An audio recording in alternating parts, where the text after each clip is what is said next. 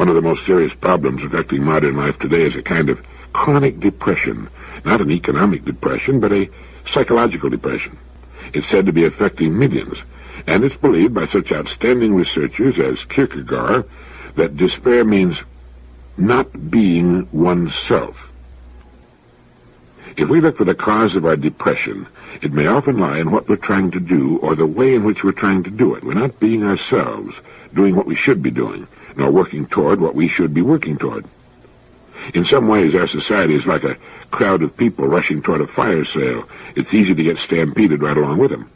We can find ourselves moving along with the crowd without knowing why, and just assuming that because so many people are moving together, they must know what they're doing or where they're going. Not necessarily. Maybe we've been conned. And did you ever get a real bargain at a sale? Something genuinely worthwhile at less than its retail value, its real value? And maybe it's possible, but I never have.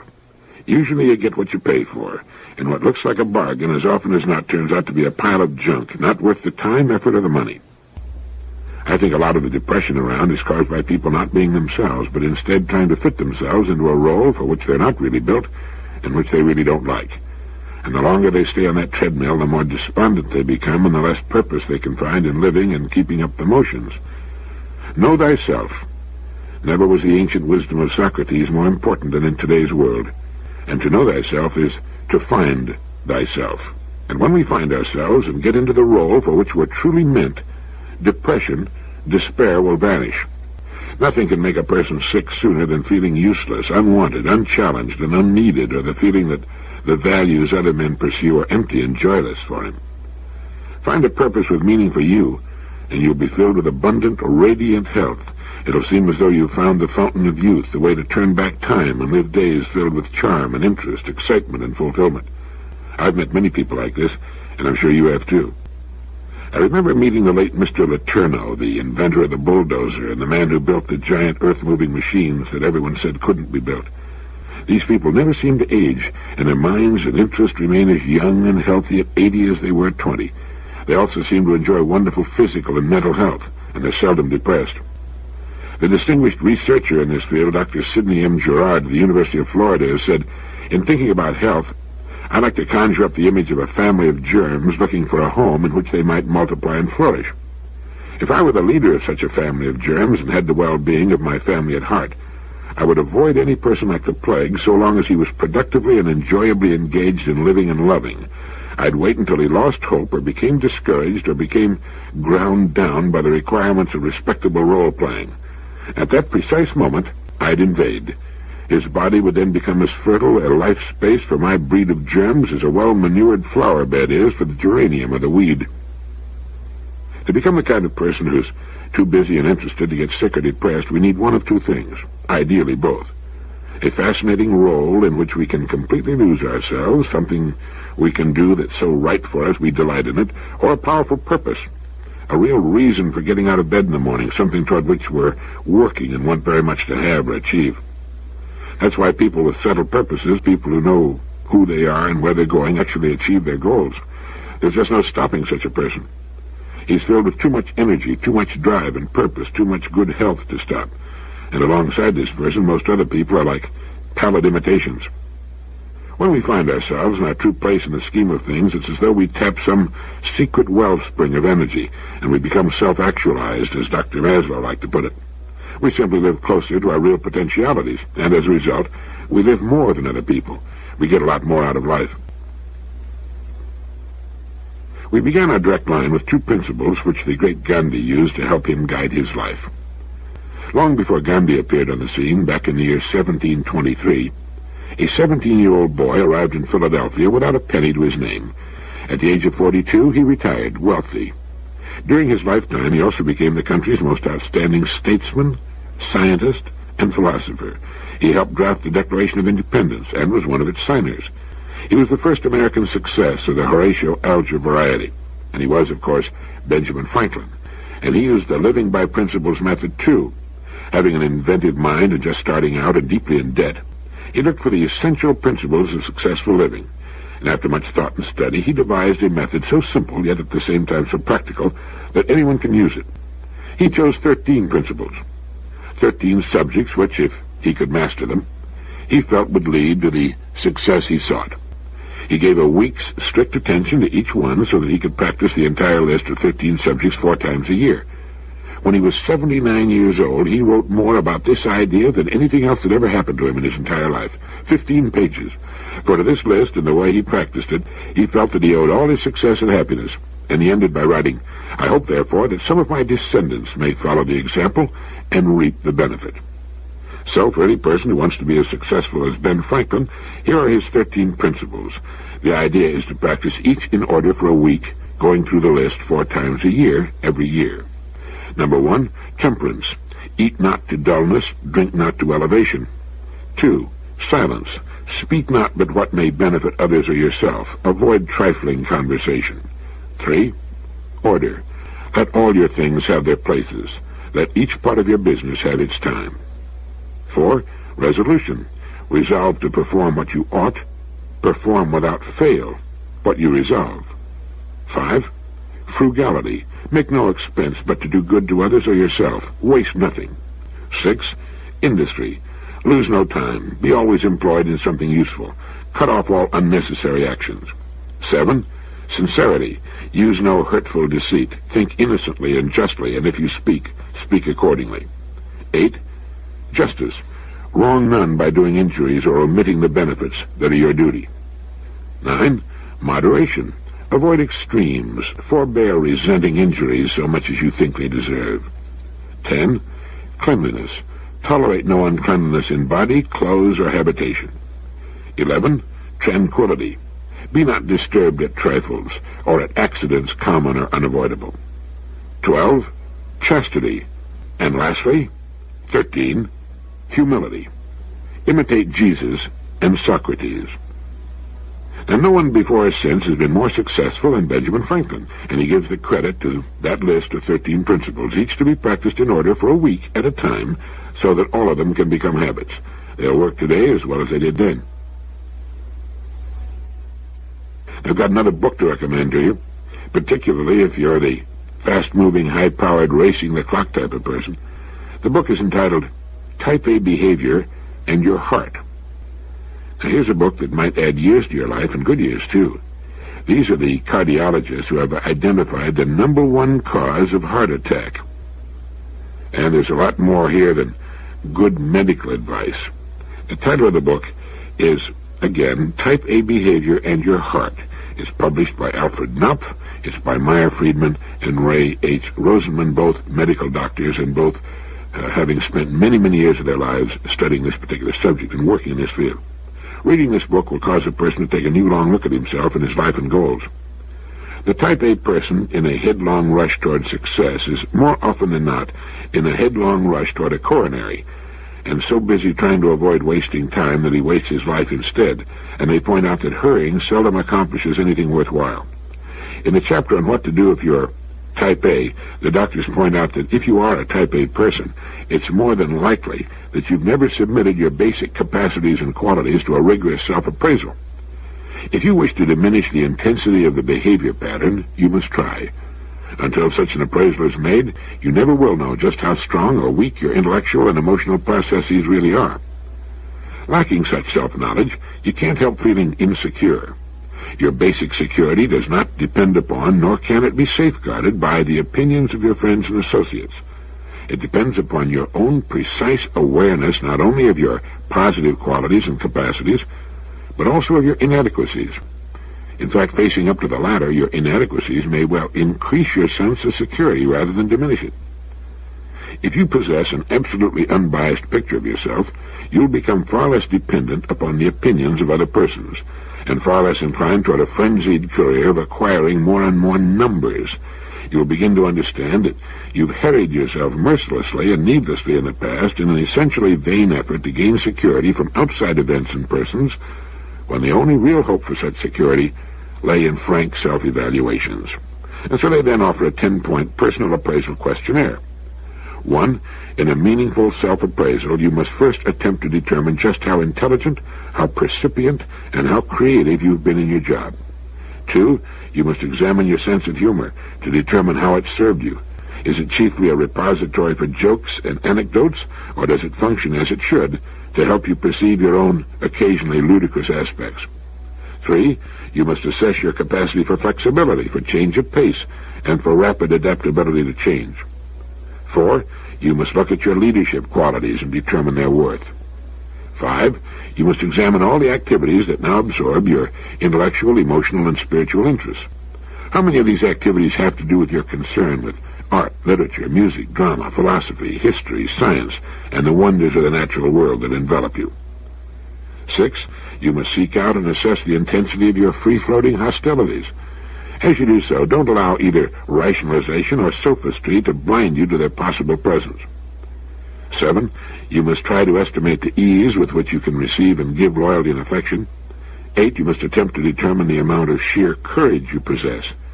And if in this essay you detect some very large yellow splotches of frank fear in your personality, don't overlook them.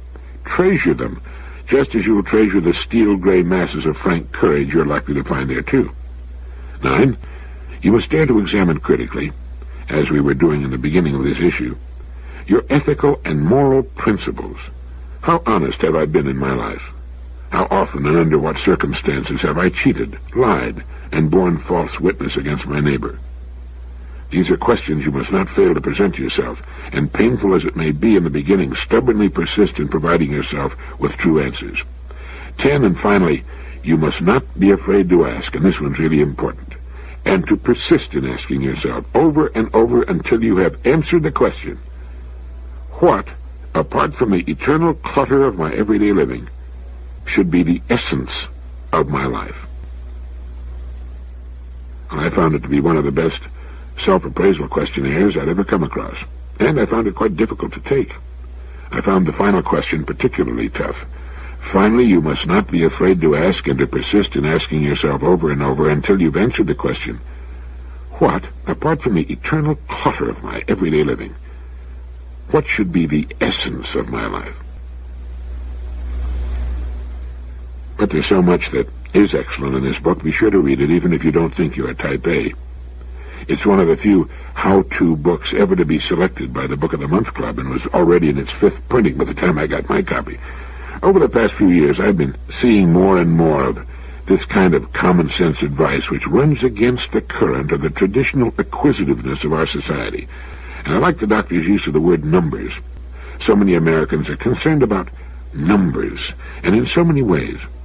The doctors believe that the incidence of severe type A behavior, the acquisitive, hard-driving, what makes Sammy run, how many numbers can I stack up kind of behavior, will wane during the next few decades.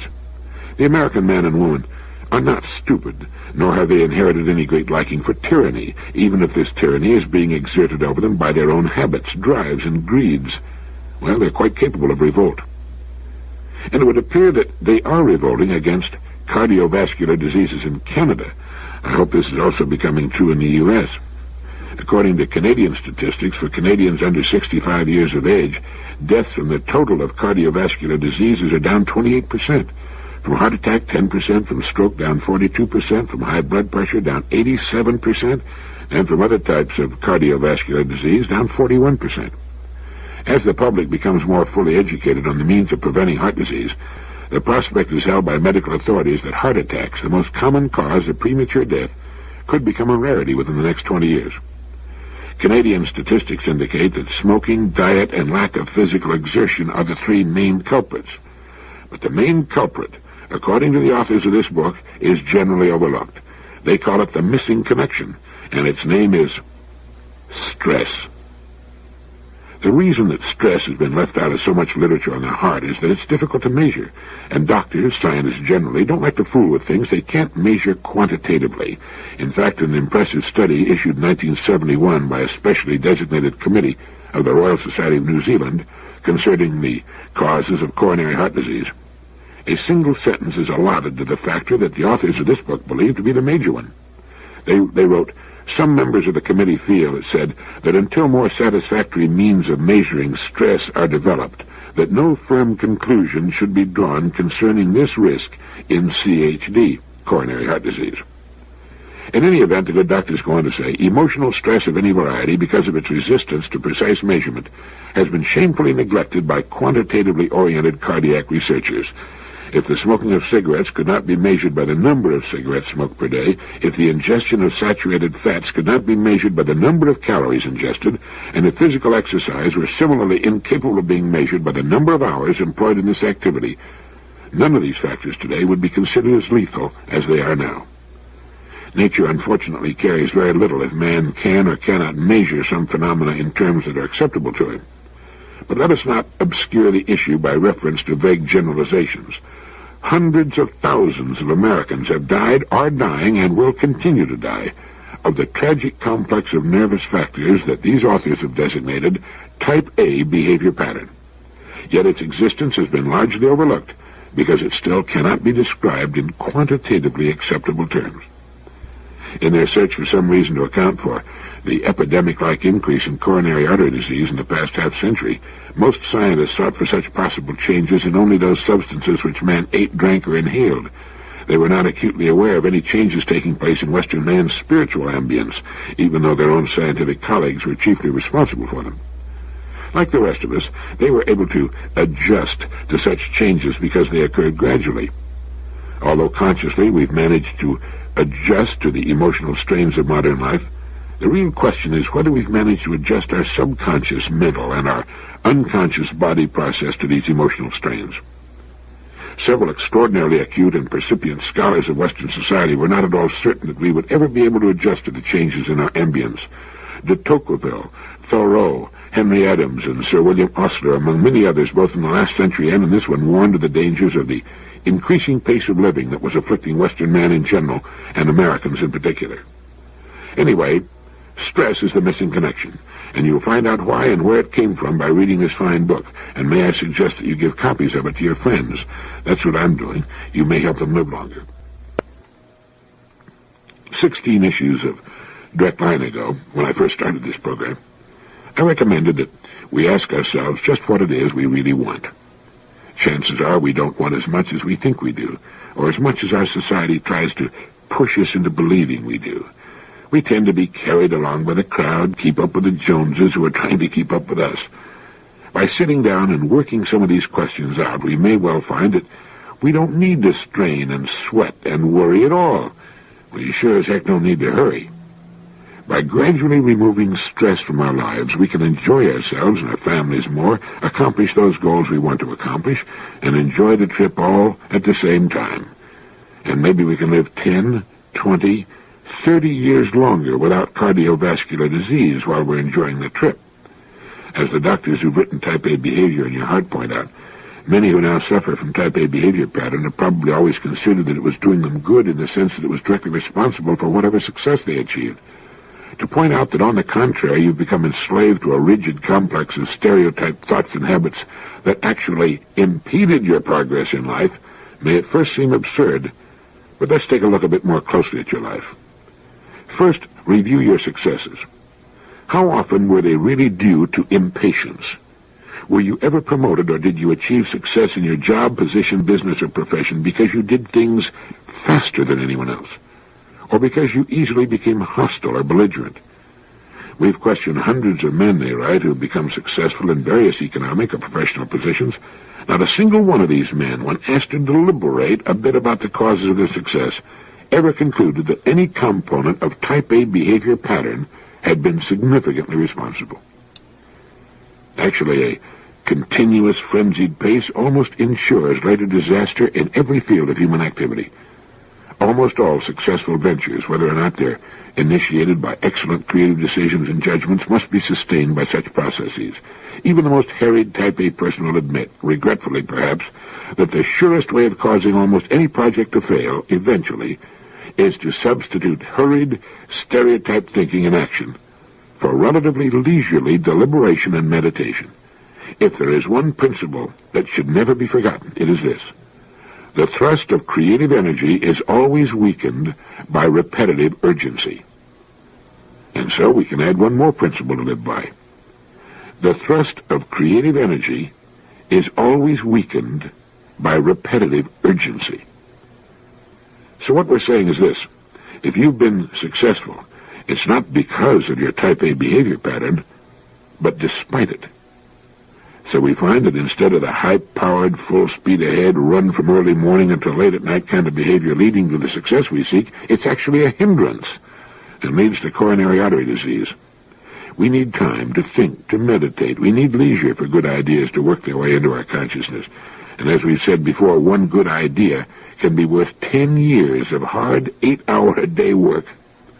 Incidentally, if you are a type A kind of person, there's a special chapter on what to do if you're a type A. Drills, easy things you can do to move from type A behavior pattern to type B. And if you've already got some symptoms, there's a special chapter on coping with coronary heart disease. Because of errors in life habits or of the particular disorders described in Chapter 9 of this book, or of both, it's probable that at least 5 million Americans now suffer not just from coronary artery disease, but also from coronary heart disease. That is, the narrowing of one or more of their coronary arteries has become severe enough to produce either symptoms of coronary distress, angina pectoris, shortness of breath, a serious irregularity in the rhythm of the heartbeat, or easily induced fatigue, or actual injury to the heart muscle. To repeat, coronary heart disease is coronary artery disease that has become severe enough to produce symptoms. And as George C. Griffith, past president of the American College of Cardiology and emeritus professor of medicine, cardiology at the University of Southern California, writes of this book, this publication will do more to prevent premature cardiovascular disease than any modern textbook of medicine or health book written for the general public. Every professional, every executive, and every literate layman should place this book on his must-read list.